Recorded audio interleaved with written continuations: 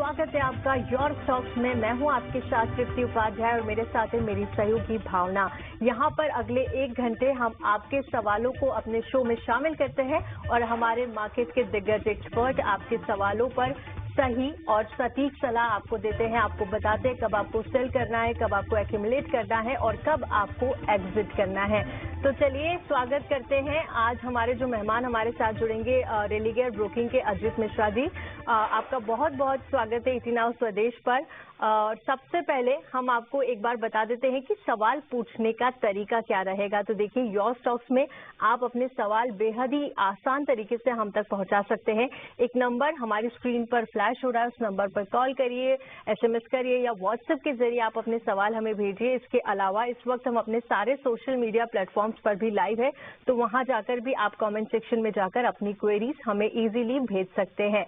और चलिए market expert के पास जाने से पहले बाजार पर एक बार नजर डाल लेते हैं, क्योंकि शुरुआत अच्छी हुई थी लेकिन उसके बाद फिर से ऊपरी स्तरों से दबाव बाजार पर देखने को मिल रहा है। फिलहाल निफ्टी सिर्फ 20 अंकों की तेजी के साथ 25,958 के लेवल पार कर रहे हैं और 1653 शेयर इस वक्त लाल निशान में कारोबार कर रहे हैं। तो डिक्लाइन का नंबर यहाँ पर थोड़ा ज्यादा बढ़ा हुआ आ रहा है। चलिए अब एक टेक्निकल व्यू ले लेते हैं अजीत जी से। अजीत जी, गुड आफ्टरनून, स्वागत है आपका योर स्टॉक्स में एक बार फिर से। मैं तृप्ति बात कर रही हूँ और मार्केट चेक हमने दिया और अच्छी शुरुआत मार्केट की हुई थी, लेकिन अब थोड़ा सा वॉलेटाइल यहाँ पर नजर आ रहा है। इस वक्त आप किस तरह से देख रहे हैं बाजार की चाल को? शुक्रिया तृप्ति। तो तृप्ति बिल्कुल देखिए, थोड़ा सा कंसोलिडेशन होना एक अच्छे मूव के बाद एक हेल्दी साइन है, जो कि हम देख रहे हैं मार्केट में कि लास्ट 2 ट्रेडिंग सेशन में जो शुरुआत हुई है हफ्ते की, काफी अच्छी शुरुआत हुई। और क्या हो रहा है कि कहीं ना कहीं गैप अप गैप डाउन के बाद एक रेंज में, एक दायरे में आपको इंडेक्स ट्रेड करता हुआ नजर आ रहा है। चैलेंज कहाँ आ रहा है? 26,000 के लेवल को क्रॉस करने का। तो बैंकिंग डेफिनेटली यहाँ पे प्रॉमिसिंग है। बाकी सारे सेक्टर्स भी रोटेशनल बेसिस पार्टिसिपेट कर रहे हैं, बारिंग आईटी जहाँ पे कि थोड़ा बहुत स्टेबिलिटी जरूर लौटी है, बट ट्रेंड अभी भी नेगेटिव साइड पे है।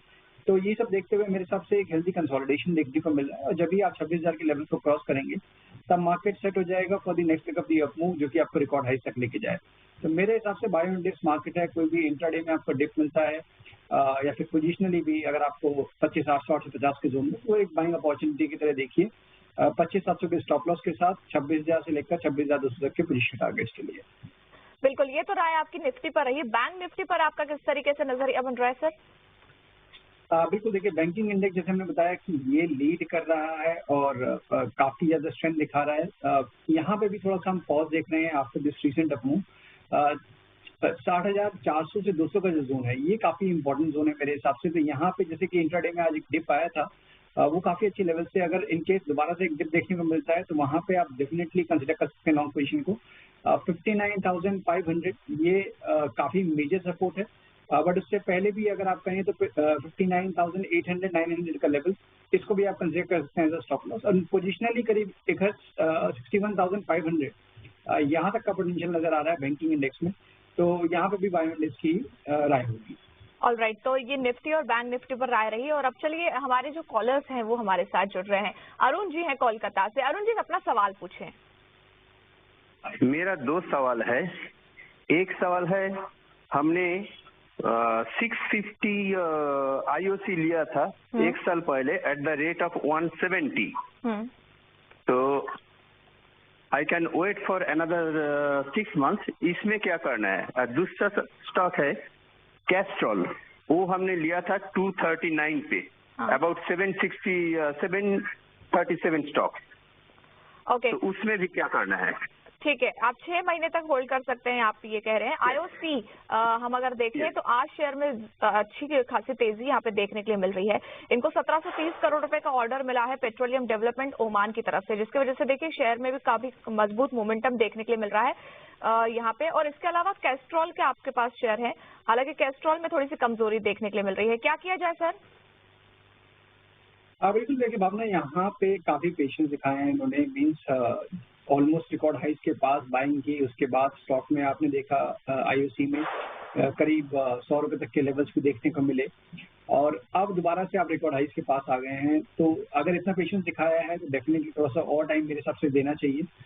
जिस तरीके से पोजीशनिंग है, मुझे लगता है कि अब 168 168 ये एक अच्छा बेस, एक important base short term medium term के लिए रहेगा। जब तक ये लेवल होल्ड हो रहा है क्लोजिंग बेसिस पे, मेरे हिसाब से इनको बने रहना चाहिए। नेक्स्ट लेग में क्योंकि आप रिकॉर्ड हाइस के पास हैं, जब भी आप 180-82 के लेवल को क्रॉस करेंगे तो पोटेंशियल बन जाएगा करीब 210 से लेकर 220 तक का। तो रिस्क रिवॉर्ड भी फेवरेबल है मेरे हिसाब से। 6 महीने के पॉइंट ऑफ व्यू से आपको बने रहना चाहिए। कैस्ट्रॉल जैसे कि आपने भी बताया कि थोड़ा सा यहाँ पे आपको बैकफुट पे नजर आएगा और उतनी ज्यादा रिकवरी के भी अटेम्प्ट नहीं दिख रहे हैं, पार्टिसिपेशन का भी अटेम्प्ट भी नहीं दिख रहा है।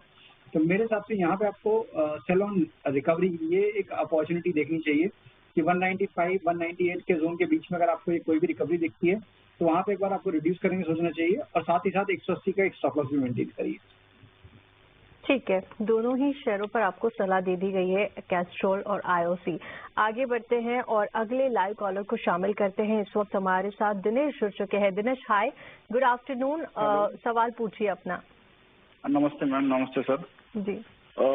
मेरे पास L&T फाइनेंस की शेयर है 209, ठीक है, और बाइंग प्राइस है 292 की।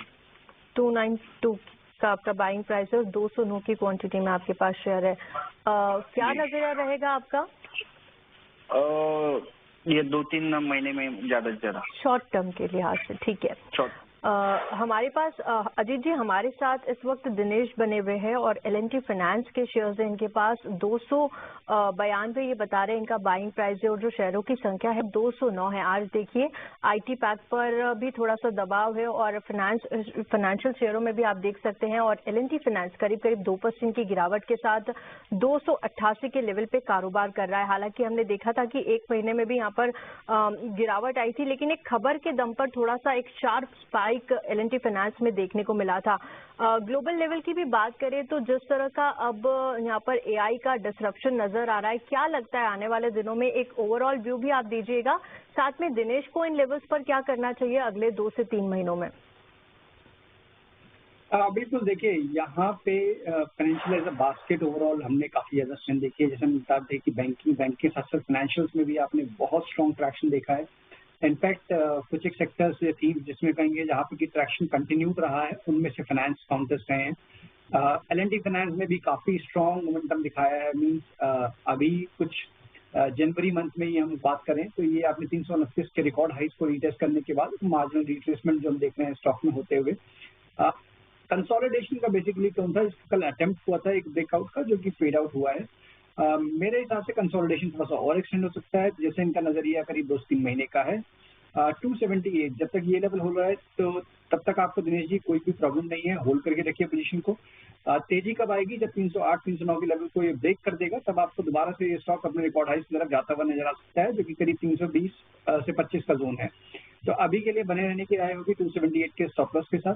और जैसा आपका दूसरा सवाल था कि AI रिलेटेड जो चैलेंजेस हैं अक्रॉस सेक्टर्स, जैसे पहले IT के लिए इमर्ज हुआ, अभी एक वेल्थ मैनेजमेंट, देखिए ये इतना जल्दी सारी चीजें अनफोल्ड होने वाली नहीं है और कहीं ना कहीं जहाँ पे कि ह्यूमन टच है वो फैक्टर काफी इंपॉर्टेंट रहने वाला है। इसका मतलब ये नहीं है कि obviously you should be ignorant about technology. जहाँ जहाँ पे एक्सप्लोरेशन के लिए आपके बिजनेस को हेल्प हो रहा है, definitely you should utilize that. I am sure कि ये कंपनी जो हमें डोमेस्टिक कंपनी हुई है वो भी इस चीज को ध्यान में रखते हुए अपने बिजनेस को पोजीशन करेगी आने वाले क्वार्टर्स में। तो अभी के लिए डेफिनेटली बने रहने की राय होगी। जी, और शुक्रिया, आपने सेक्टर वाइज भी राय दी और L&T फाइनेंस में आप बने रहिए दिनेश जी। 278 के स्टॉप लॉस के साथ आने वाले दिन से नजर आए हैं। और चलिए एक टेक्निकल राय भी ले लेते हैं अजीत जी से। अजीत जी, आपको नंबर्स कैसे लगे? लेबर कोड का थोड़ा सा इम्पैक्ट यहाँ पर देखने को मिला है, मार्जिन पर भी हल्का प्रेशर नजर आया, लेकिन मुनाफा काफी अच्छा बढ़ा है और इस वक्त आप शेयर में देख सकते हैं करीब करीब 2% के आसपास की तेजी है, लेकिन ऊपरी स्तर से थोड़ा सा गिर गया है। क्या सलाह होगी M&M पर? बिल्कुल दृप्ति, देखिए auto as a pack banking और मेटल के साथ जिसने काफी ज्यादा स्ट्रांगली मार्केट में पार्टिसिपेट किया है in the recent month. Obviously GST का एक फिलिप मिला और उसके बाद से हम देख रहे हैं कि अक्रॉस दी बोर्ड, चाहे वो पैसेंजर व्हीकल हो, कमर्शियल व्हीकल हो, अक्रॉस दी बोर्ड हमने देखा है काफी स्ट्रॉन्ग ट्रैक्शन आते हुए। M&M among the top performer रहा है। बीच बीच में थोड़ा बहुत सॉफ्ट क्वार्टर्स 1-2 आना इट्स नॉर्मल, बट कंसिडरिंग जिस तरीके से स्काउट परफॉर्मेंस है और जैसे कि कंपनी ने शेयर भी किया है कि जिनके न्यू रिलीज जिस तरीके से प्लान है और ओवरऑल जिस तरीके से हमने परफॉर्मेंस भी देखी है ऑन बोथ आपका जो पैसेंजर व्हीकल साइड और आपका ट्रैक्टर रिलेटेड साइड। तो मुझे लगता है कि ये आउट परफॉर्मेंस कंटिन्यू रहने वाले आने वाले टाइम में। नियर टर्म में जरूर हो सकता है क्योंकि आप रिकॉर्ड हाई से दोबारा से नजदीक पहुंच गए हैं, तो कंसोलिडेशन देखने को मिले।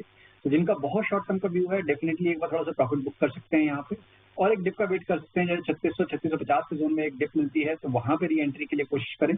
3800 तक के टारगेट्स आपके नियर टर्म में होंगे। राइट, 3800 के टारगेट नियर टर्म में देखने के लिए मिल सकते हैं। महिंद्रा एंड महिंद्रा काफी अच्छे नतीजे, जिसके बाद शेयर में देखिए एक अच्छा मोमेंटम जो है वो देखने के लिए मिल रहा है। करीब 2% तक की तेजी स्टॉक में देखने के लिए मिल रही है। मनोज जी जुड़ चुके हैं हमारे साथ छत्तीसगढ़ से। मनोज जी अपना सवाल पूछें। मैम नमस्कार। सर नमस्कार मैम, मेरा SBI पर सवाल है। मैं SBI लिया था मैडम 818 रुपए पर 179 से, तो अभी इसका क्या स्टॉप लॉस हो और कहाँ तक जा सकता है? और मैं इसको ना मैम 26 के एंड तक रखूंगा, मतलब दिसंबर में मैं इसको सौदे को। ऑलराइट, तो इस साल के एंड तक आप इस स्टॉक को होल्ड कर सकते हैं। अजीत जी, SBI state bank of India, शानदार तेजी हमने देखी है इस स्टॉक के अंदर। हम इसका मंथ का चार्ट खोल के देखें, डे चार्ट खोल के देखें, साल भर का देखें, हर तरफ इस स्टॉक में हरियाली ही हरियाली नजर आएगी।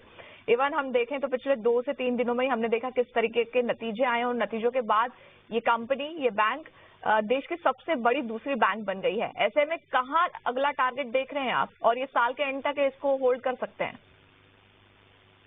बिल्कुल भावना, देखिए जिस तरीके से हमने देखा है कि PSU बैंकिंग ने बैंकिंग की इस रैली में काफी हद तक डिक्टेट किया है ट्रेंड को, और SBI with in the PSU banking space lead कर रहा है, जो सबसे बड़े नामों में से एक बैंकिंग स्पेस के। तो डेफिनेटली रिजल्ट के बाद से जो ट्रैक्शन है वो कंटिन्यूड मूव को दिखा रहा है।